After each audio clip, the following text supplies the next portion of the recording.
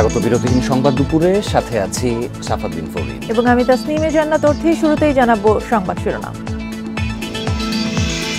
দেশজুড়ে তীব্র গরমে অস্বস্তি, বিভিন্ন এলাকায় বৃষ্টির জন্য প্রার্থনা। গরমে গতি কমিয়ে চলছে ট্রেন।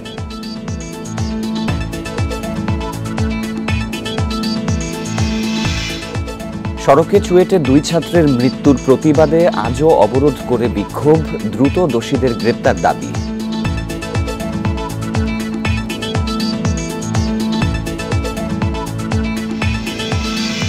মিয়ানমার থেকে ফিরছেন 173 বাংলাদেশি, একই জাহাজে কাল ফেরত যাবে 285 বিজেপি সদস্য।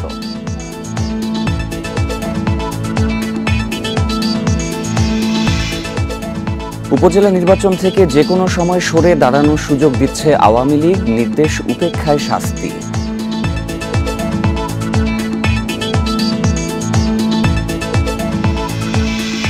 এবং রানা প্লাজা ধসের 11 বছরেও শেষ হয়নি বিচার, নিহতের ফুলের শ্রদ্ধা, ভবন মালিকের সর্বোচ্চ শাস্তি দাবি।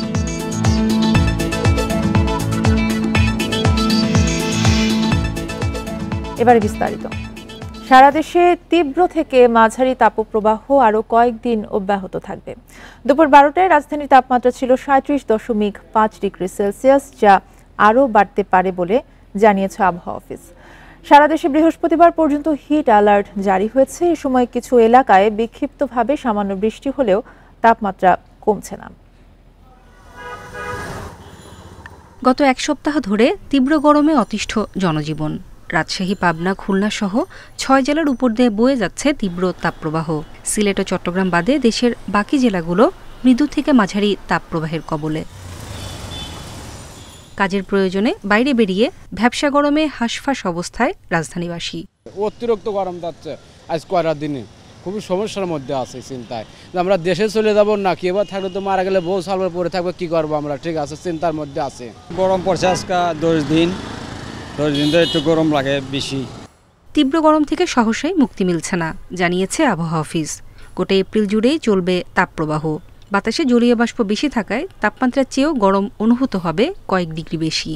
ময়েশ্চারের উপস্থিতিটা বেশি থাকলে লোকজনের কাছে গরম অনুভূত বেশি হয়, আবার ময়েশ্চারের পরিমাণটা কমে আসলে লোকজনের কাছে অনুভূতটা কম হয় গরমটা। এটা ডিপেন্ড করে যে ওই সময়ে যে বাতাসে যে আর্দ্রতা আছে, আর্দ্রতার পরিমাণটা কীরকম। আবহাওয়া অফিস বলছে দেশের বিভিন্ন এলাকায় কালবৈশাখী হতে পারে, তবে এতে সার্বিক তাপপ্রবাহ ও গরমের প্রকোপ কমবে না।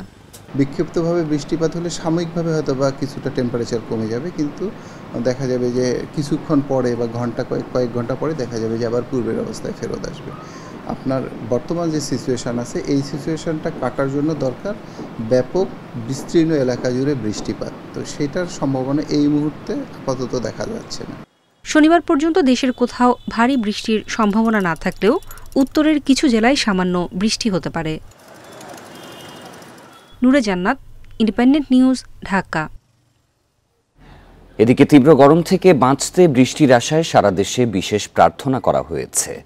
পাবনা, ঝিনাইদহ, ফেনী, ঝালকাঠি, পিরোজপুর ও ঢাকার ধামরাইয়ের মুসল্লিরা নামাজে সৃষ্টিকর্তার কাছে বৈরী আবহাওয়া থেকে মুক্তির জন্য দোয়া করেন। পাবনা টার্মিনাল এলাকার দারুল আমান ট্রাস্ট ক্যাম্পাসে খোলা আকাশের নিচে সকালে নামাজ আদায় ও দোয়া করেন শহরবাসী। ঝিনাইদহ শহরের ওয়াজির আলী স্কুল মাঠে নামাজে অংশ নেন কয়েকশো মুসল্লি। এছাড়া ফেনী, ঝালকাঠি, কুষ্টিয়া, চাঁপাইনবাবগঞ্জ, পিরোজপুরের মঠবাড়িয়া ও ইন্দুরকানী উপজেলা এবং ঢাকার ধামরাইয়ে বৃষ্টির জন্য নামাজ আদায় শেষে দোয়া করা হয়। এ সময় প্রাকৃতিক দুর্যোগ থেকে মুক্তিসহ দেশ ও জাতির কল্যাণ কামনায় প্রার্থনা করেন স্থানীয়রা।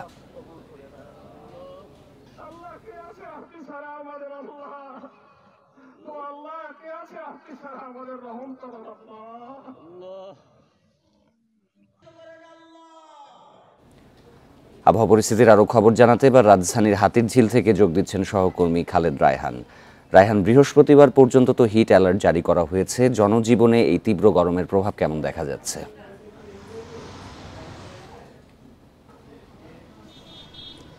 দেখুন, চলমান যে তাপপ্রবাহ 2 সপ্তাহেরও বেশি সময় ধরে চলছে, সেটি কিন্তু আরও অন্তত সপ্তাহখানেক থাকবে বলে আবহাওয়া অফিস থেকে জানানো হয়েছে। যেটি তারা বলছেন যে এই পুরো মাস জুড়েই তাপমাত্রা বৃদ্ধি থাকবে এবং আজ এবং কাল ঢাকা সহ সারা দেশের বিভিন্ন জায়গায় একেবারে সামান্য পরিমাণে কিছু বৃষ্টি হতে পারে, তবে সেটিতে আসলে তাপমাত্রার কোনো প্রভাব পড়বে না, বরং এরপরে বৃষ্টি যখন থেমে যাবে তারপরে তাপমাত্রা আরও তীব্র হতে পারে বলে তারা বলছেন। এবং আরেকটি বিষয় হচ্ছে যে এই যে চলমান দাবদাহ সেটি কিন্তু এই পুরো মাস জুড়ে থাকবে এবং এটি আরও বাড়ার সম্ভাবনা রয়েছে এবং আপাতত ভারী বৃষ্টির কোনো সম্ভাবনা রয়েছে। এবং দেশের উত্তরাঞ্চলে কয়েক জায়গায় বৃষ্টি হলেও তার প্রভাবেই তাপমাত্রা কমবে না, বরং তাপমাত্রা যেমনটি রয়েছে বৃষ্টি থেমে যাওয়ার পর সে তাপমাত্রা আরও কিছুটা বাড়বে। এবং যেমনটি প্রতিবেদনে দেখছিলাম যে বাতাসে জলীয় বাষ্পের পরিমাণ বেশি থাকায় গরম বেশি অনুভূতি হচ্ছে, বেশি অস্বস্তি লাগছে এবং তার পাশাপাশি আমরা ঘেমে যাচ্ছি। এবং খেটে খাওয়া মানুষ যারা রয়েছেন, সাধারণ যারা কর্মজীবী রয়েছেন, যারা দিন এনে দিন খান, তারা কিন্তু প্রত্যেকেই এই যে গরম তাপমাত্রা রয়েছে বা তাপপ্রবাহ চলছে তার প্রভাবে তাদের কিন্তু দৈনন্দিন যে কার্যক্রম সেটিতে বেশ ব্যাহত হচ্ছে। বিশেষ করে যারা একেবারে খেটে খাওয়া কর্মজীবী মানুষ, আমি যদি বলি যারা রিক্সা চালান, যারা ভ্যান চালান, তাদের বেশ খানিকটা কষ্ট হচ্ছে। আমরা দেখছি যে তারা বলছে তাদের আয়ও অনেকখানি কমে গেছে, কারণ তারা একেবারে একটানা তারা রিক্সা চালাতে পারছে না বা ভ্যান চালাতে পারছে না, বা অন্যান্য যারা শ্রমজীবী রয়েছেন তাদেরও কিন্তু এই প্রভাবটি পড়ছে। আবহাওয়া অফিসের খবর হচ্ছে যে চলতি মাসে ভারী করে বৃষ্টিপাতের সম্ভাবনা নেই এবং একই সঙ্গে চলতি মাসে তাপপ্রবাহের কমারও কোনো সম্ভাবনা নেই। তীব্র তাপপ্রবাহের খবর রাজধানীর হাতিরঝিল থেকে জানাচ্ছিলেন সহকর্মী খালেদ রায়হান। আবহাওয়া পরিস্থিতির আরও খবর জানাতে এবার পাবনা থেকে আমাদের সাথে যোগ দিচ্ছেন সহকর্মী খায়রুল ইসলাম। খায়রুল, পাবনায় আজকে তাপমাত্রা কত রেকর্ড করা হয়েছে? আর টার্মিনাল এলাকার দারুল আমান ট্রাস্ট ক্যাম্পাসে তো খোলা আকাশের নিচে প্রার্থনা করা হয়েছে, তো পাবনার সার্বিক পরিস্থিতি জানাবেন। আসলে তাপমাত্রা পরিমাপ করা হয় পাবনার ঈশ্বরদী আবহাওয়া অফিসে বিকেল 3টায়। আমরা আর কিছুক্ষণের মধ্যে পরেই আমরা জানতে পারবো আজকের আসলে সর্বোচ্চ তাপমাত্রা কত। কিন্তু গতকালকে আমরা যেটা তথ্য পেয়েছি 40.5 ডিগ্রি সেলসিয়াস তাপমাত্রা রেকর্ড করা হয়েছে বিকেল 5টায়। অর্থাৎ গত 5 দিন যাবত কিন্তু 40 ডিগ্রির উপরে কিন্তু এই জেলায় তাপমাত্রা উঠে যাচ্ছে, নিচে নামছেই না। আর এর প্রভাবে কিন্তু প্রচন্ড তাপদাহ অনুভূত হচ্ছে এবং আপনি জানেন যে পুরো জেলায় রোদ, একদিকে যেমন প্রচন্ড রোদ, পুরো মাসব্যাপী যেমন বৃষ্টিরই দেখা নেই, সেই কারণে কিন্তু আসলে প্রচন্ড তাপদাহ অনুভূত হচ্ছে। আর দিন যতই যাচ্ছে তাপদাহ তীব্রতা কিন্তু ততই বাড়ছে এই জেলায়। আগের দিনের তাপমাত্রা ছড়িয়ে যাচ্ছে দিনের পরের দিনের তাপমাত্রা, তীব্র তাপদাহে কিন্তু পড়ছে গোটা জেলায়। আর অসহনীয় গরমে অতিষ্ঠ কিন্তু জনজীবন। আর এর কারণেই কিন্তু আজকে দারুল আমান ট্রাস্টে কিন্তু একটি প্রার্থনা করা হয়েছে, যে নামাজ আদায় করা হয়েছে বৃষ্টির জন্য। এবং তীব্র গরম কিন্তু মানুষের দৈনন্দিন কাজ কিন্তু ব্যাহত হচ্ছে, সেই কারণে আসলে প্রার্থনার আয়োজন করা হয়েছে একটু বৃষ্টির স্বস্তির আশায়। কিন্তু বৃষ্টির দেখা নেই। আর বিশেষ করে যারা দিনমজুর রয়েছে, যেমন কৃষক, রিক্সা চালক, ভ্যান চালক, ইটভাটার শ্রমিক সহ দিনমজুররা কিন্তু তারা এই কাজকর্ম করতে না পেরে কিন্তু তারা কাহিল হয়ে পড়েছেন এবং অনেকেই কিন্তু পেটের তাগিদেই তারা কিন্তু কাজে বের হচ্ছেন। এছাড়াও তীব্র গরমে কিন্তু ডায়রিয়া সহ নানা রোগে কিন্তু আক্রান্ত। আমরা যেটা কিছুক্ষণ আগে খবর নিয়ে এলাম যে 250 শয্যা পাবনা জেনারেল। খায়রুল ইসলাম জানাচ্ছিলেন পাবনা থেকে। স্বাভাবিক গতি 60 থেকে 65 কিলোমিটার হলেও নতুন নির্দেশনায় তা কমিয়ে ঘন্টায় 30 থেকে 40-এ চলছে ট্রেন। এর কারণ হিসেবে রেলওয়ে অতিরিক্ত তাপমাত্রার কথা বললেও তাতে একমত নন বিশেষজ্ঞরা। তারা বলছেন রেল লাইন সংস্কার না করাই এর কারণ। দেশের 70% লাইনই মেয়াদ উত্তীর্ণ। সংকট সমাধানে হিট সেন্সর বসাতে বলছেন তারা। তাপপ্রবাহের মুখে রয়েছে ঢাকা সহ সারা দেশ। এর মধ্যে চুয়াডাঙ্গা ও যশোরের গড় তাপমাত্রা এখন 40 ডিগ্রি সেলসিয়াসের উপরে। এই অবস্থায় রেল লাইনের তাপমাত্রা উঠেছে 50 ডিগ্রিতে। এতে দেখা দিয়েছে লাইন বেঁকে যাওয়ার শঙ্কা। তাই গতি কমিয়ে ট্রেন চালানোর নির্দেশনা দিয়েছে রেলওয়ে। নিরাপত্তা বিঘ্নিত হবে এমন কোনো কাজ করব না, এটা কেউ করার কথাও না। এটা আমার ওটা ওই লাইনের উপর দিয়ে নিরাপদে ট্রেন চলাচলের উপযুক্ত আছে, কিন্তু যখন ওটার উপরে অনেক বেশি চাপ পড়বে তখন একটা ঝুঁকি থাকতেও পারে। তবে এ যুক্তি মানতে নারাজ যোগাযোগ বিশেষজ্ঞরা। তারা বলছেন 70% লাইনই মেয়াদ উত্তীর্ণ, তার উপর ঠিকমতো হচ্ছে না রক্ষণাবেক্ষণ। সংকট সমাধানে গতি কমানো সমাধান নয়, বসাতে হবে হিট সেন্সর। খুব স্বল্প ব্যয়ে কিছু ম্যাগনেটিক প্রপ সেন্সর বা হিট সেন্সর পাওয়া যায়, এটা যদি রেল লাইনে বসানো হয় তাহলে কিন্তু আমরা নিয়মিতভাবে রেলের ভিতরে যে তাপমাত্রা আছে সেটা কিন্তু আমরা মনিটরিং করতে পারি এবং সেই অনুযায়ী কিছু ব্যবস্থাপনাও নেওয়া সম্ভব। রেলের সমীক্ষা বলছে সারা দেশের রেললাইন রয়েছে ৪,৪৩৮ কিলোমিটার। এর মধ্যে পূর্বাঞ্চলের ১৬ জেলায় সংকট সবচেয়ে বেশি। এই অংশে ১৫০ কিলোমিটার লাইন বসাতে হবে নতুন করে, আর সংস্কার লাগবে ৪০০ কিলোমিটারের। সংস্কার তো আমাদের তো এগুলো তো পুরো সংস্কার প্রক্রিয়ার মধ্যে প্রজেক্টের প্রকল্পের মধ্যে আছে। পুরোনো লাইন নতুন লাইনগুলো তো আছে ডাবল লাইনের ক্ষেত্রে, আর পুরোনো যেগুলো আছে সেগুলো ঢাকা চিড়িয়াখানা পুরোটাই তোমার হচ্ছে রেল পরিবর্তন করার পর্যায়গুলো করা হবে, এটা প্রকল্প নিয়ে আসে আর কি। পশ্চিমাঞ্চলের রাজশাহী, ঢাকা, রংপুর ও খুলনা বিভাগের 23 জেলায় রয়েছে সংকট। এসব জায়গায় যেখানে লাইনের সমস্যা, বাড়তি তাপমাত্রার কারণে সেখানেই গতি কমাতে হচ্ছে। আল আমিন হোসেন, ইন্ডিপেন্ডেন্ট নিউজ, ঢাকা। চট্টগ্রাম থেকে ছেড়ে যাওয়া কক্সবাজার স্পেশাল এক্সপ্রেস লাইনচ্যুত হওয়ার 2.5 ঘন্টা পর ট্রেন চলাচল স্বাভাবিক হয়েছে।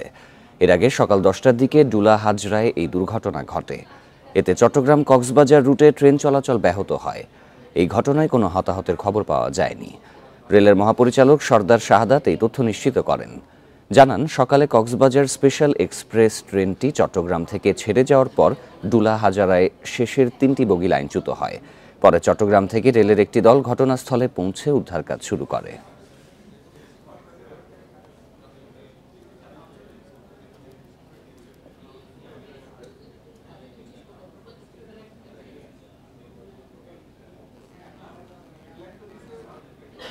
সড়ক দুর্ঘটনায় পঞ্চগড় ও মাদারীপুরের 3 জন নিহত ও 14 জন আহত হয়েছেন। সকালে পঞ্চগড়ের বোদা উপজেলার খাদোপাড়া এলাকায় ট্রাক ও ট্রাক্টরের মুখোমুখি সংঘর্ষ হয়।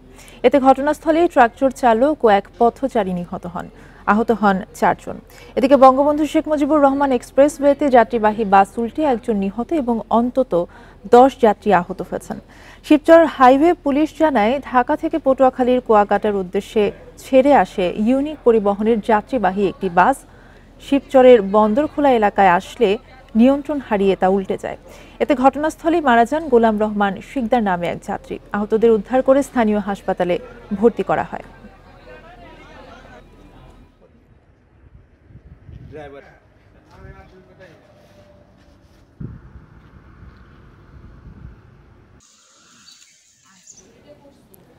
চট্টগ্রাম প্রকৌশল ও প্রযুক্তি বিশ্ববিদ্যালয়ে বাসের ধাক্কায় 2 শিক্ষার্থী নিহতের ঘটনায় দ্বিতীয় দিনের মতো বিক্ষোভ করছেন শিক্ষার্থীরা। সকাল 9টা থেকে কাপ্তাই সড়ক অবরোধ করে রাখেন তারা। রাস্তায় গাছের গুঁড়ি ফেলে ও টায়ার জ্বালিয়ে বিক্ষোভ করেন। স্লোগানে চালক ও সহকারীর শাস্তির দাবি জানান শিক্ষার্থীরা। দাবি আদায় না হওয়া পর্যন্ত আন্দোলন চালিয়ে যাওয়ার ঘোষণা দেন। এ সময় রাস্তার উভয় পাশে বেশ কিছু যানবাহন আটকে পড়ে। এতে দুর্ভোগে পড়েন লোকজন। সোমবার বিকেলে শাহ আমানত পরিবহনের বাসের ধাক্কায় মারা যান চুয়েট শিক্ষার্থী শান্ত সাহা ও তৌফিক হাসান। এই ঘটনায় থানায় মামলা করা হয়েছে।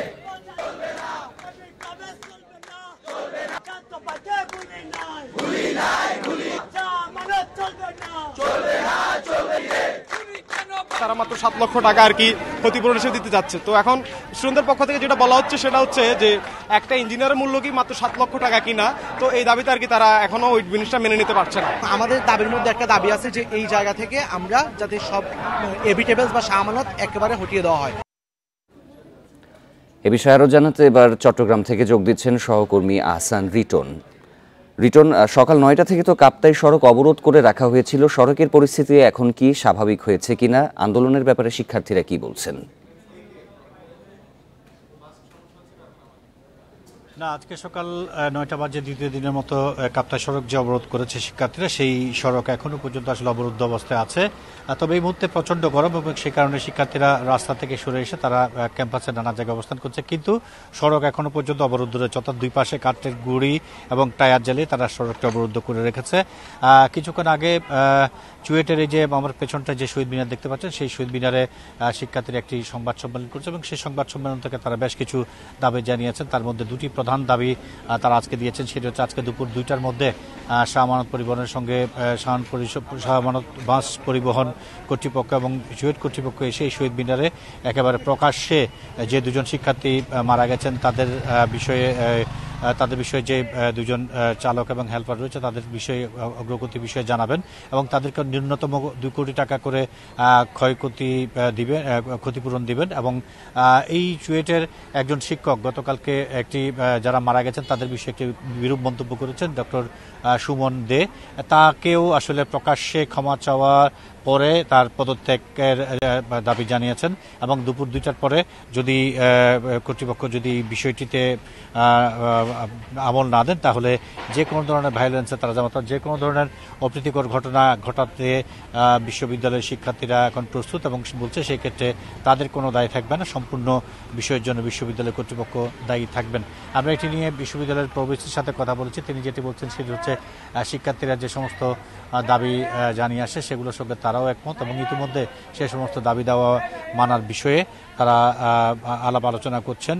যে সমস্ত দপ্তরের সঙ্গে যোগাযোগ করার সে সমস্ত দপ্তরে যোগাযোগ করছেন এবং যে অভিযুক্ত ডক্টর সুমন দে তার বিষয়ে ইতিমধ্যে তাকে শোকজ করা হয়েছে এবং শোকজের পরবর্তীতে যে সমস্ত ধাপগুলো আছে এবং শিক্ষার্থীরা যে দাবিগুলো জানাচ্ছেন সেই দাবিগুলো যাতে মেনে নেওয়া হয়, যাতে যৌক্তিক দাবি যাতে মানা যায় সেই বিষয়গুলোকে মাথায় রেখে ইতিমধ্যে তারা চট্টগ্রামের জেলা প্রশাসক সহ নানা মহলের সঙ্গে আলোচনা করেছেন এবং তারা মনে করছেন যে খুব দ্রুত সময়ের মধ্যে এই সমস্ত দাবি মানা যাবে এবং তারা বারবার শিক্ষার্থীদেরকে ক্যাম্পাসে ফিরে যাওয়ার জন্য বলছেন। এই হচ্ছে চট্টগ্রামের চুয়েট থেকে আমার কাছে এখন পর্যন্ত সর্বশেষ। চুয়েট শিক্ষার্থীদের বিক্ষোভের বিষয়ে চট্টগ্রাম থেকে জানাচ্ছিলেন সহকর্মী আহসান রিটন।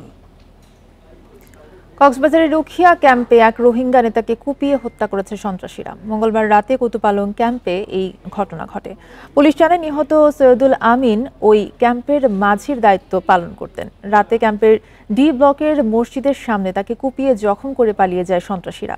পরে উদ্ধার করে হাসপাতালে নেওয়া হলে চিকিৎসক তাকে মৃত ঘোষণা করেন। খবর পেয়ে ঘটনাস্থল পরিদর্শন করে পুলিশ। দোষীদের আটকে অভিযান চালাচ্ছে আইন শৃঙ্খলা বাহিনী।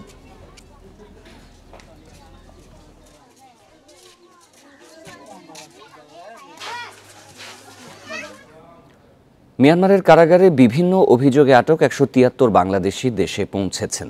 দুপুর 1টার দিকে মিয়ানমার নৌবাহিনীর একটি জাহাজে ফেরেন তারা।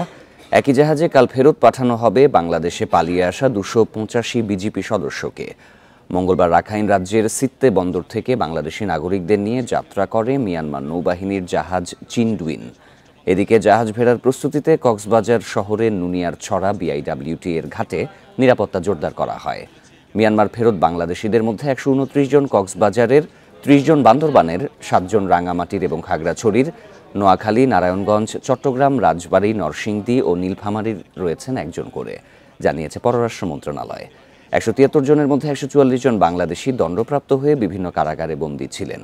বাকি 29 জনের সাজার মেয়াদ শেষ না হলেও বিশেষ ক্ষমার আওতায় ফেরত পাঠাচ্ছে মিয়ানমার।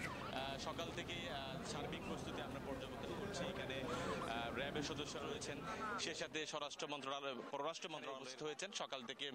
আপনারা দেখতে পাচ্ছেন এখানে এখান থেকেই আমরা সকালে কথা বলেছি। এখানে বেশি এ বিষয়ে আরও জানাতে ঘটনাস্থল থেকে যোগ দিচ্ছেন সহকর্মী তৌফিকুল ইসলাম। তৌফিকুল, দুপুর 1টায় তো 173 জন এসেছে, আসার পরে তাদের শারীরিক অবস্থা কেমন দেখা গেছে? আগামীকালকে কি এই জাহাজেই যারা মিয়ানমারের সদস্য রয়েছেন সীমান্তরক্ষী বাহিনীর তাদেরকে পাঠানো হবে কি?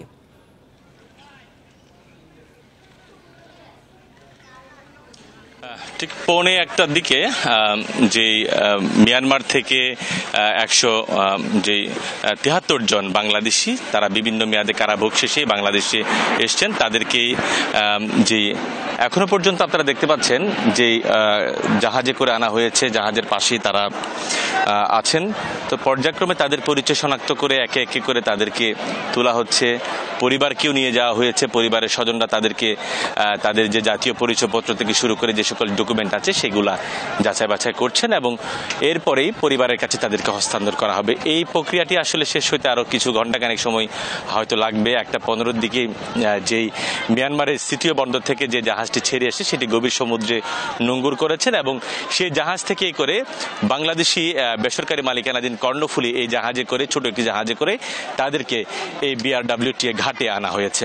এবং আমরা দেখতে পাচ্ছি এখানে তারা যখন এখানে ঘাটে এসেছেন তাদের তাদের স্বজনদের যে উৎসুক স্বজনদের ভিড় আমরা দেখতে পেয়েছি। অনেকে কান্নায় ভেঙে পড়েছেন, তাদের প্রিয় সন্তান, কারো স্বামী রয়েছেন এখানে। তারা বিভিন্ন সময় একটু উন্নত জীবনের আশায় তারা মালয়েশিয়া কিংবা থাইল্যান্ড সমুদ্রপথে পাড়ি দেওয়ার জন্য তারা গিয়েছিলেন। তো সেই জায়গা থেকে গিয়ে যাওয়ার পরেই মিয়ানমারের যে নৌবাহিনীর কাছে তারা বিভিন্ন সময় আটক হওয়ার পরে তাদেরকে সেখানে বিচারিক প্রক্রিয়ার মুখোমুখি হতে হয়েছে। কারো 3 বছর কিংবা তারও আরো অধিক শাস্তি হয়েছিল। তো বিভিন্ন মেয়াদে কারাভোগ শেষে তারা আজকে ফিরেছেন 173 জন। তো সকালে 8 সদস্যের একটি প্রতিনিধি দল এসছেন মিয়ানমারের। তো তাদেরকে অভ্যর্থনা জানিয়েছেন পররাষ্ট্র মন্ত্রণালয় সম্পর্কিত স্থায়ী কমিটির সদস্য সাইমুম সরোয়ার কমল। তিনি গণমাধ্যমে কথা বলেছেন। তিনি বলেছেন যে মিয়ানমারে আরো অনেক আছেন বাংলাদেশি, তাদেরকে পর্যায়ক্রমে এইভাবে ফিরিয়ে আনা হবে এবং পরিচয় নিশ্চিত করে ফিরিয়ে আনা হবে।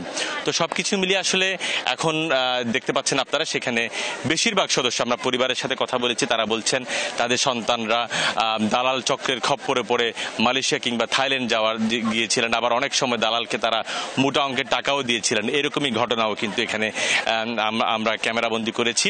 তো সবকিছু মিলিয়ে আসলে এখানে 129 জন কক্সবাজারের, আর বাকি যারা আছেন তারা বাংলাদেশের বিভিন্ন জেলার বাসিন্দা বলে আমরা জানতে পেরেছি। এবং তার মধ্যে আমরা দেখেছি 3 জন নারীকে আমরা দেখেছি এই জাহাজ থেকে যে উঠতে দেখেছি।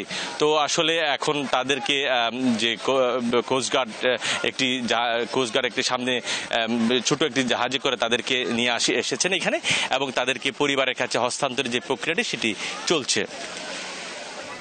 কক্সবাজার থেকে জানাচ্ছিলেন সহকর্মী তৌফিকুল ইসলাম। 6 দিনের সফরে থাইল্যান্ড পৌঁছেছেন প্রধানমন্ত্রী শেখ হাসিনা। পরে সেখানে তাকে দেয়া হয় লাল গালিচা সংবর্ধনা। দুপুর 1টার দিকে ব্যাংককে পৌঁছান তিনি। এর আগে সকাল 10:13 শাহজালাল আন্তর্জাতিক বিমানবন্দর থেকে থাইল্যান্ডের উদ্দেশ্যে যাত্রা করেন প্রধানমন্ত্রী। নতুনভাবে দায়িত্ব নেয়ার পর এটি তার প্রথম দ্বিপাক্ষিক সফর। বৃহস্পতিবার ইউএনএস কাপের 80তম অধিবেশনে বক্তব্য রাখবেন প্রধানমন্ত্রী। শুক্রবার ব্যাংককের গভর্নমেন্ট হাউসে বৈঠক করবেন 2 দেশের প্রধানমন্ত্রী। পরে জ্বালানি পর্যটন শুল্ক সহযোগিতা নিয়ে সমঝোতা স্মারক সই হওয়ার কথা রয়েছে। থাইল্যান্ডের রাজপ্রাসাদে রাজা ওয়াজির আলংকর্ন এবং রানী সুথিদার সঙ্গেও সাক্ষাৎ করবেন শেখ হাসিনা।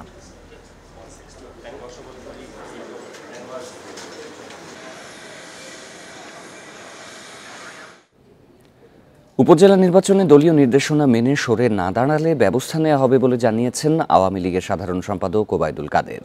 দুপুরে ধানমন্ডিতে সংবাদ সম্মেলনে একথা বলেন তিনি। ওবায়দুল কাদের বলেন, দলের সিদ্ধান্ত অমান্য করলে সাংগঠনিক ব্যবস্থা নেওয়ার সুযোগ আছে। বিএনপির সমাবেশ থাকলে আওয়ামী লীগেরও সমাবেশ থাকে, এর কারণ কি? এমন প্রশ্নের জবাবে ওবায়দুল কাদের বলেন, বিএনপি একতরফা সমাবেশ করতে গেলে সন্ত্রাসের আশঙ্কা থেকেই যায়। নাশকতা এড়াতেই আওয়ামী লীগও একই সময় সমাবেশের ডাক দেয়। এটি পাল্টাপাল্টি কোনো কর্মসূচি নয়। এই প্রক্রিয়ার তার আনুষ্ঠানিকভাবে নির্বাচন কমিশনে যে সময়সীমা, তারপরও কেউ ইচ্ছে করলে প্রত্যাহার করতে পারে। কাজে এই বিষয়টি চূড়ান্ত বলে মনে করতে ইলেকশন পর্যন্ত আমাদের অপেক্ষা করতে। উপজেলা নির্বাচন অবাধ, সুষ্ঠু, গ্রহণযোগ্য করতে কমিশন সবই করবে বলে জানিয়েছেন নির্বাচন কমিশনার আনিসুর রহমান। সকালে চট্টগ্রামের 6ষ্ঠ উপজেলা পরিষদ সাধারণ নির্বাচন উপলক্ষে আইনশৃঙ্খলা বাহিনী ও মাঠ প্রশাসনের কর্মকর্তাদের সাথে মত বিনিময় সভায় তিনি একথা বলেন। তিনি জানান, যেখানেই কোনো অনিয়ম হবে সেখানে মাঠ প্রশাসনকে কঠোর ব্যবস্থা নেওয়ার নির্দেশনা দেওয়া হয়েছে। নির্বাচনে যাতে সংসদ সদস্যরা হস্তক্ষেপ না করেন সে ব্যাপারে প্রধানমন্ত্রীকে অবহিত করা হয়েছে বলেও জানান তিনি। আসন্ন নির্বাচন প্রতিদ্বন্দ্বিতাপূর্ণ হবে বলে আশাবাদ জানান নির্বাচন কমিশনার আনিসুর রহমান।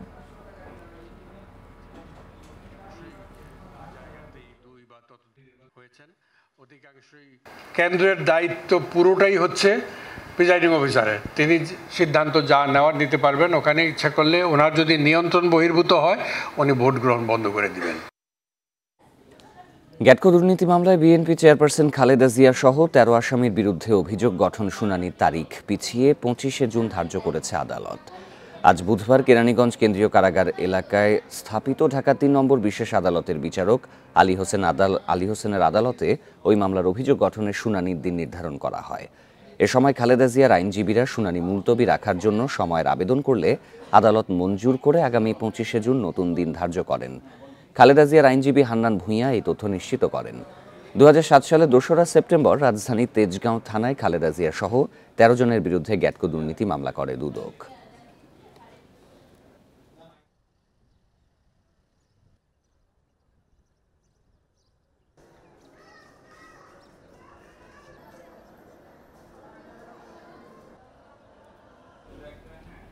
সাভারের রানা প্লাজা ধসের ১১ বছর আজ।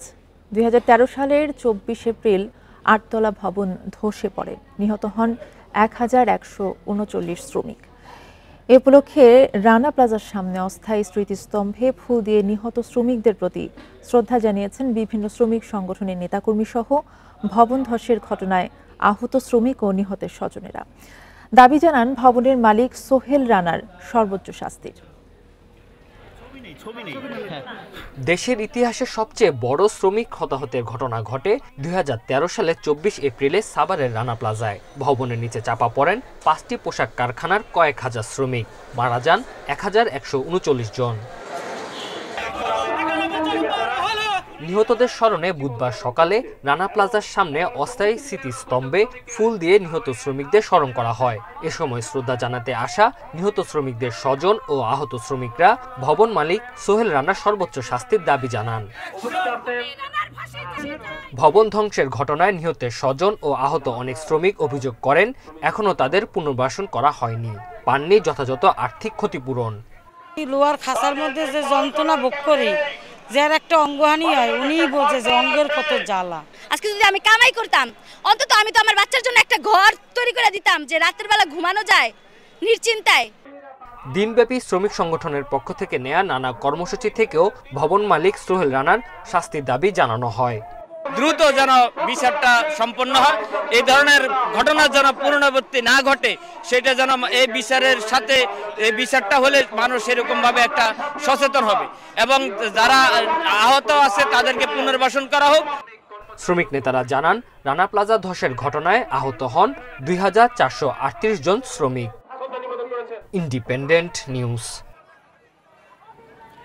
এক দশক পরও তেমন কোনো অগ্রগতি নেই সাভারের রানা প্লাজা ধসে হাজারো শ্রমিক হতাহতের ঘটনার মামলার। পোশাক শ্রমিক সংগঠনগুলোর অভিযোগ রাষ্ট্রপক্ষের গাফিলতির কারণেই এমনটা হচ্ছে। তবে বিচারে দেরি হওয়ার জন্য নানা আইনি জটিলতাকে দায় দিচ্ছে রাষ্ট্রপক্ষ। ২০১৩ সালের ২৪ এপ্রিল পোশাক খাতের ইতিহাসে ভয়াবহ দিন। সেদিন সাভারের রানা প্লাজা ভবন ধসে পড়ায় মারা যায় ১,১৩৩ জন শ্রমিক, আর আহত হয়ে কর্মক্ষমতা হারান কয়েক হাজার। ওই ঘটনায় অবহেলাজনিত মৃত্যুর অভিযোগে হত্যা মামলা, ইমারত নির্মাণ আইন ভঙ্গসহ ১৪টি মামলা হয়। এর মধ্যে শ্রম আদালতে চলছে কলকারখানা ও প্রতিষ্ঠান পরিদর্শন অধিদপ্তরের ১১টি মামলা। এত মামলার মধ্যে শুধু দুদকের মামলা নিষ্পত্তি হয়েছে। তবে ১১ বছরেও বাকি মামলাগুলোর কুলকিনারা করতে পারেননি রাষ্ট্রপক্ষ। শ্রমিক সংগঠনগুলোর অভিযোগ রাষ্ট্রপক্ষের অবহেলাতেই ন্যায় বিচার পাচ্ছেন না ভুক্তভোগীরা। সরকারি যে লয়ার তারা আরও বেশি যত্নবান হওয়া উচিত, আরও উদ্যোগী হওয়া উচিত। এই জায়গাটায় তারা উদ্যোগী হচ্ছেন না। এখানে নানান রকমের রাজনৈতিক প্রভাব থাকতে পারে। বিচারহীনতার কারণে বারবার এই ধরনের ঘটনা ঘটছে বলে অভিযোগ তাদের। ১১ বছর ধরে বিচার প্রক্রিয়া কোনো আলোর মুখ দেখছে না বা বিচার হচ্ছে না, এটার মধ্য থেকে আমার কাছে মনে হয় যে এখানে এই ধরনের ঘটনাগুলোর পুনরাবৃত্তির সুযোগ থাকে এবং পুরো বিচার ব্যবস্থার প্রতি যে আস্থা তৈরি হওয়া জনগণের বা শ্রমিকদের, সেই আস্থার জায়গাটা নষ্ট হয়ে যাচ্ছে। তবে রাষ্ট্রপক্ষের দাবি, সাক্ষ্য গ্রহণ থেকে শুরু করে নানা জটিলতায় ঝুলে আছে সব মামলা। আসামিদের মধ্যে ভবন মালিক সোহেল রানা কারাগারে, অনেকেই জামিনে মুক্ত, আর মারা গেছেন ৩ জন। মহামান্য আপিলেট ডিভিশনের আদেশ আছে ৬ মাসের মধ্যে মামলা নিষ্পত্তি করা। অলরেডি 2 মাস পার হয়ে গেছে। 2 মাসে আমরা প্রায় আরও ৩০ জনের সাক্ষী নিয়েছি, ৫৯৬ জন সাক্ষী। মামলাটা 4 দিনের এগেস্টে আপিল রিভিশন করেছিল, সেটা ভ্যাকে স্টে হয়েছিল অন্য আসামের জন্য, রানার জন্য ছিল না। কিন্তু রাষ্ট্রপক্ষ ইচ্ছা করলে মামলার উচ্চ আদালতে শুনানি করে ভ্যাকেটটা ক্যান্সেল করে এনে বিচার শুরু করতে পারত, কিন্তু ওনারা করে নাই। বিচারের দীর্ঘসূত্রতায় বেঁচে থাকতে ন্যায় বিচার পাবেন কিনা তা নিয়ে সংশয়ে নিহতদের স্বজন ও আহতরা। Muhammad Omar Faruk, independent news, Dhaka. দেখছেন বিরতিহীন সংবাদ দুপুর। সংবাদে আরো যা দেখবেন, মাদকাসক্তের অভয়ারণ্য শেরপুর জেলা সদর হাসপাতাল, সাক্ষীর অভাবে মাদক মামলায় বিচার ব্যাহত।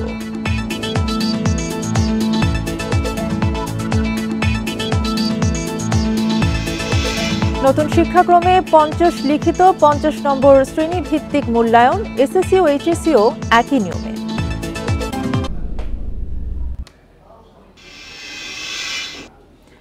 গোপালগঞ্জে দুর্বৃত্তদের বোমা হামলায় বাবা ছেলে গুরুতর আহত হয়েছে। মঙ্গলবার রাত 9টার দিকে সদর উপজেলার ঘোষেরচর উত্তরপাড়া গ্রামে এই দুর্ঘটনা ঘটে। তবে এখনো কোনো মামলা হয়নি। আহতরা হলেন গোপালগঞ্জ বঙ্গবন্ধু শেখ মুজিবুর রহমান বিজ্ঞান ও প্রযুক্তি বিশ্ববিদ্যালয়ের নিরাপত্তা প্রহরী মাসুম শেখ এবং তার 4 বছরের ছেলে আব্দুল্লাহ শেখ। পুলিশ জানায়, গতরাতে ছেলেকে নিয়ে জেলা শহর থেকে বাড়ি পৌঁছানোর পর দুর্বৃত্তরা তাদের লক্ষ্য করে বোমা ছোড়ে। এতে আহত হন 2 জন। তাদের গোপালগঞ্জ হাসপাতালে প্রাথমিক চিকিৎসার পর ঢাকা মেডিকেলে পাঠানো হয়। ঘটনাস্থল পরিদর্শন করে আলামত সংগ্রহ করেছে সিআইডি।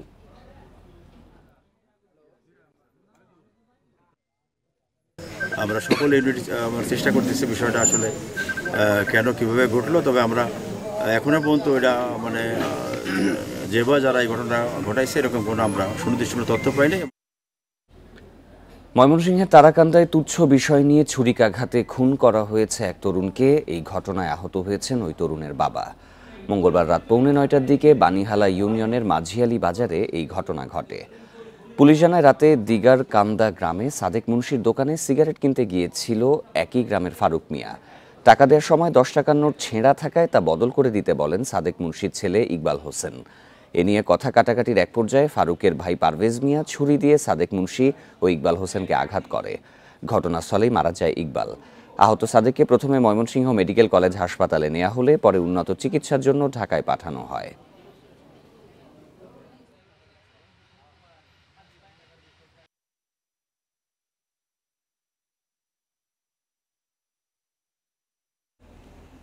$250 শয্যার শেরপুর জেলা সদর হাসপাতালটি এখন পরিণত হয়েছে মাদক সেবীদের অভয়ারণ্যে।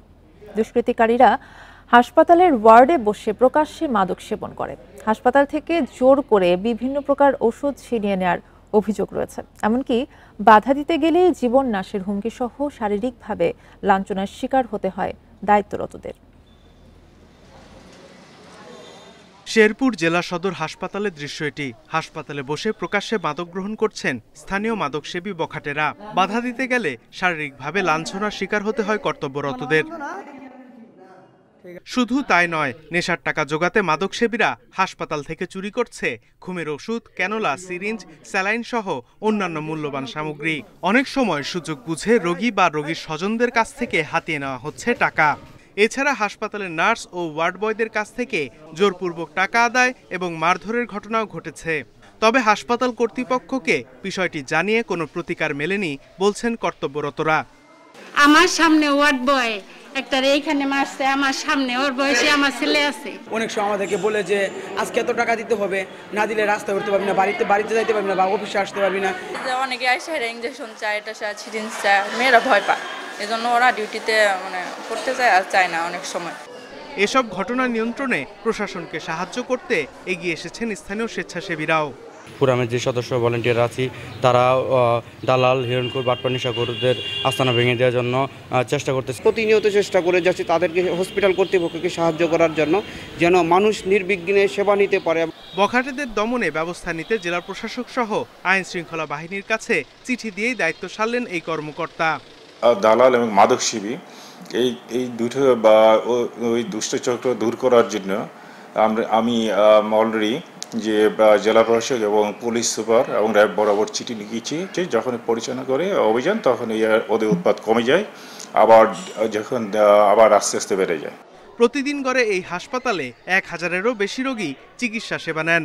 এলাকাবাসীরা জানান, মাদক সেবীদের তাড়াতে না পারলে হাসপাতালের পরিবেশ আরও নষ্ট হবে। Independent news. সময়মতো সাক্ষী হাজির করতে না পারায় মাদক মামলার বিচার হচ্ছে না মাদক ব্যবসায়ীদের। সিএমএম আদালতের তথ্য বলছে 2023 সালে নতুন পুরনো 57,000 মাদক মামলার মধ্যে নিষ্পত্তি হয়েছে মাত্র 9,500 মামলার। তাই তদন্তকারী কর্মকর্তাদের আরও দায়িত্বশীল হওয়ার তাগিদ দিচ্ছেন সংশ্লিষ্টরা। 2020 সালের 16 জানুয়ারি বাড্ডা থানায় মাদক মামলা করেন মাদকদ্রব্য নিয়ন্ত্রণ অধিদপ্তরের পরিদর্শক ফজলুল হক খান। পরের বছর 25 ফেব্রুয়ারি চার্জশিট দেন তদন্তকারী কর্মকর্তা। নথি বলছে, চার্জশিটের পর 5 বার সমন জারি হলেও তদন্তকারী কর্মকর্তা সাক্ষী হাজির করেন মাত্র একবার। সিএমএম আদালতের হিসেবে 2023 সালের শুরুতে পুরনো মাদক মামলা ছিল 45,179টি। সে বছর নতুন মামলা হয় 11,951টি। সব মিলিয়ে 57,130 মাদক মামলার মধ্যে সে বছর নিষ্পত্তি হয় 9,698টি।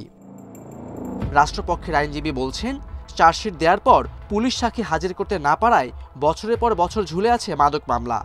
বারবার সমন দেওয়ার পরেও যে সাক্ষীর অবস্থানটা কোর্ট জানতে পারে না, আমরা জানতে পারি না যে সাক্ষীকে আদৌ ঠিকানা আছে কি নাই, বা সাক্ষী মারা গেছে নাকি সাক্ষীর কোনো তথ্য আমরা পাই না। তো এক্ষেত্রে যদি পুলিশ যদি একটা প্রতিবেদন দাখিল করে যে সাক্ষীর যে লেটেস্ট পজিশনটা কোথায় আছে বা তাকে পাওয়া যাচ্ছে না। তবে পুলিশের দাবি, সমন পাওয়ার পর সাক্ষীকে জানালেও অনেক সময় আদালতে যেতে চান না সাক্ষী।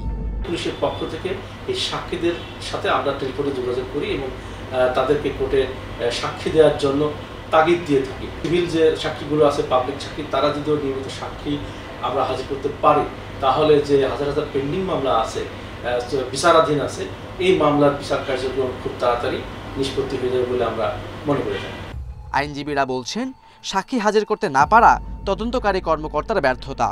কেন পুলিশ পাবে না সাক্ষীকে? কারণ পুলিশই তো এই ধরনের অপরাধীকে চিহ্নিত করছে, আইন বলে দিচ্ছে কিভাবে একজন সাক্ষীকে উপযুক্ত সাক্ষী হিসেবে দাঁড় করানো যায়। সুতরাং পুলিশের একটা গাইডলাইন থাকতে হবে ব্যাপারে। দরকার হলে আইন গাইডলাইন দিয়ে দেবে, আইন করে দেবে বা রুল করে দেবে। সারা দেশে প্রতিদিন যত মামলা হয় তার অর্ধেকের বেশি মাদকের। মামলা দ্রুত নিষ্পত্তি না হলে মাদক কারবারিদের দৌরাত্ম্য কমবে না বলে মত বিশেষজ্ঞদের। Khaled Raihan, independent news, Dhaka. নতুন শিক্ষাক্রমে বার্ষিক মূল্যায়ন হবে 50 নম্বরের লিখিত ও 50 নম্বরের শ্রেণী ভিত্তিক মূল্যায়নে। এসএসসি ও এইচএসসি পরীক্ষাও একই পদ্ধতিতে, যা নতুন শিক্ষাক্রম নিয়ে গঠিত কমিটির চূড়ান্ত সুপারিশ। এনসিটিবি বলছে, এই সুপারিশের ভিত্তিতেই সিদ্ধান্ত নেওয়া হবে। চলতি বছর প্রথম থেকে তৃতীয় ও ষষ্ঠ থেকে নবম শ্রেণী পর্যন্ত নতুন শিক্ষাক্রমে কার্যক্রম চলছে। বছরের শুরু থেকেই শিক্ষাক্রমের বিভিন্ন বিষয় ও মূল্যায়ন পদ্ধতি নিয়ে সমালোচনা শুরু হয়। এর পরিপ্রেক্ষিতে মূল্যায়ন পদ্ধতি কেমন হবে তা নির্ধারণে একটি কমিটি করে শিক্ষা মন্ত্রণালয়। সেই কমিটি চলতি সপ্তাহে এনসিটিবিতে প্রতিবেদন জমা দেয়। কমিটি সুপারিশ করেছে শ্রেণীভিত্তিক মূল্যায়নের পাশাপাশি বার্ষিক ও অর্ধবার্ষিক মূল্যায়নে 50 নম্বরের লিখিত পরীক্ষা রাখার। একই পদ্ধতিতে পাবলিক পরীক্ষা নেয়ার সুপারিশ করেছে কমিটি। আমাদের কারিকুলামের সময় যেভাবে মূল্যায়নের কথা আমরা ধারণা করেছিলাম, সবার পরামর্শের ভিত্তিতে মূল্যায়ন প্রক্রিয়ায় দ্রুত চেঞ্জ হচ্ছে, অর্থাৎ শুধু আপডেট হচ্ছে। অভিভাবকদের দাবি, শিক্ষাক্রমে শিক্ষার্থীদের মূল্যায়নের জন্য লিখিত পরীক্ষা রাখতে হবে। তা না হলে শিক্ষার্থীরা ঠিকভাবে পড়াশোনা করছে কিনা সে সম্পর্কে ধারণা পাচ্ছেন না তারা। কিভাবে মূল্যায়িত হচ্ছে বা তারা কেমন লেখাপড়া করতেছে আমরা কিছুই জানি না। লিখিত পরীক্ষা আবার চালু করা প্রয়োজন। শিক্ষা গবেষকরা বলছেন, নতুন শিক্ষাক্রম বাস্তবায়নের জন্য পর্যাপ্ত অবকাঠামোগত সুবিধা নিশ্চিত করতে হবে। সেই সঙ্গে শিক্ষকদের পর্যাপ্ত প্রশিক্ষণ দিতে হবে। শুধু সিস্টেম ডেভেলপ করলে হবে না, সিস্টেমটা ইমপ্লিমেন্ট করা। আমি যেটা বলছি যে ভালো সিস্টেম হচ্ছে, কিন্তু আমি যাকে দিয়ে ইমপ্লিমেন্ট করব, সেই ইমপ্লিমেন্টের জায়গাটা, আমার ফিল্ড লেভেলের জায়গাটা যদি রেডি না থাকে, এটা কখনোই আপনি অনেক ভালো সিস্টেম করেও এটাকে ইমপ্লিমেন্ট করতে পারবেন না। সো আলটিমেট টার্গেট অ্যাচিভড হবে না। নতুন শিক্ষাক্রমে মূল্যায়নের নৈপুণ্য অ্যাপসে জটিলতা এখনও পুরোপুরি কাটেনি। ফলে শিক্ষার্থীদের শ্রেণীভিত্তিক মূল্যায়নে সমস্যা হচ্ছে। নূরে আলম, ইন্ডিপেন্ডেন্ট নিউজ, ঢাকা। বিশ্ব শব্দ সচেতনতা দিবস উপলক্ষে রাজধানীর মানিক মিয়া এভিনিউয়ে অভিযান চালিয়েছে পরিবেশ অধিদপ্তর। বেলা 12টা থেকে প্রায় 1.5 ঘন্টা চলে এই অভিযান। এ সময় বাস ও ট্রাকের হর্ন পরীক্ষা নিরীক্ষা করা হয়। যেসব যানবাহনের হর্নে শব্দের মাত্রা 85 ডেসিবলের ওপরে সেসব পরিবহনকে জরিমানা করা হয়। এছাড়া লিফলেট ও পোলো শার্ট বিতরণ করা হয়। বেশি মাত্রার শব্দ দূষণ সম্পর্কে সচেতনতা বাড়াতে সবাইকে একসঙ্গে কাজ করার আহ্বান জানান সংশ্লিষ্টরা। এছাড়া পরিবহনে বেশি মাত্রার হর্ন ব্যবহার রোধে সবাইকে সচেতন হওয়ারও আহ্বান জানান পরিবেশ অধিদপ্তরের কর্মকর্তারা।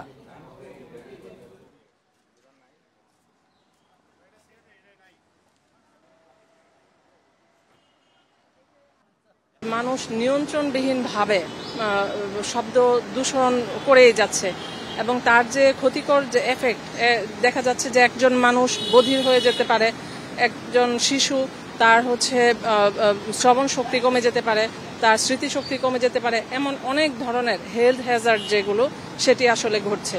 তো সেটি যেন আমরা প্রতিরোধ করতে পারি। এ ছিল এখনকার সংবাদে। সব খবরের বিস্তারিত জানতে চোখ রাখুন ফেসবুক, ইউটিউব এবং এক্সে। ধন্যবাদ সবাইকে।